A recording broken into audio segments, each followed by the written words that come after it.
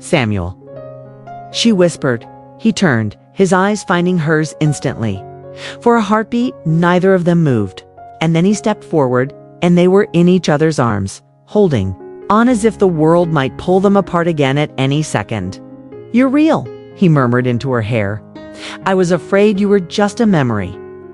Margaret pulled back just enough to see his face. "I'm here, and I'm not going anywhere." They sat together in a small cafe near the station, hands never straying far from each other's.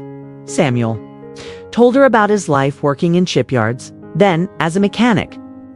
How he'd never married but had a circle of friends who kept him company. He laughed when he told her about a stray dog he'd taken in years ago. And his voice cracked when he admitted he sometimes talked to it about her. As if she could hear him through the air, Margaret listened, absorbing every word but she could. Sense there was more, something he was skirting around? Twice he began to speak, only to change the subject. She didn't press him, not yet, when the waitress brought their check. Samuel reached across the table and took her hands. "Maggie, there's something I need to tell you, but not here. Let's go home." The word home caught in her chest. She wasn't sure if he meant his home or the one they once shared. Either way, she knew the night ahead would hold answers, and perhaps truths she had been avoiding her entire life. The drive to Samuel's house was quiet at first. Outside, the streets of Portland glistened under the amber glow of street lamps, the rain leaving a soft sheen on the asphalt.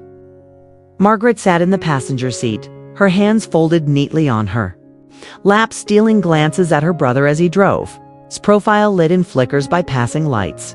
It carried the same gentleness she remembered from childhood, but also something heavier, something weathered by years she hadn't been there to witness. Samuel's home sat on the edge of a quiet neighborhood, a modest single-story house with a small front porch.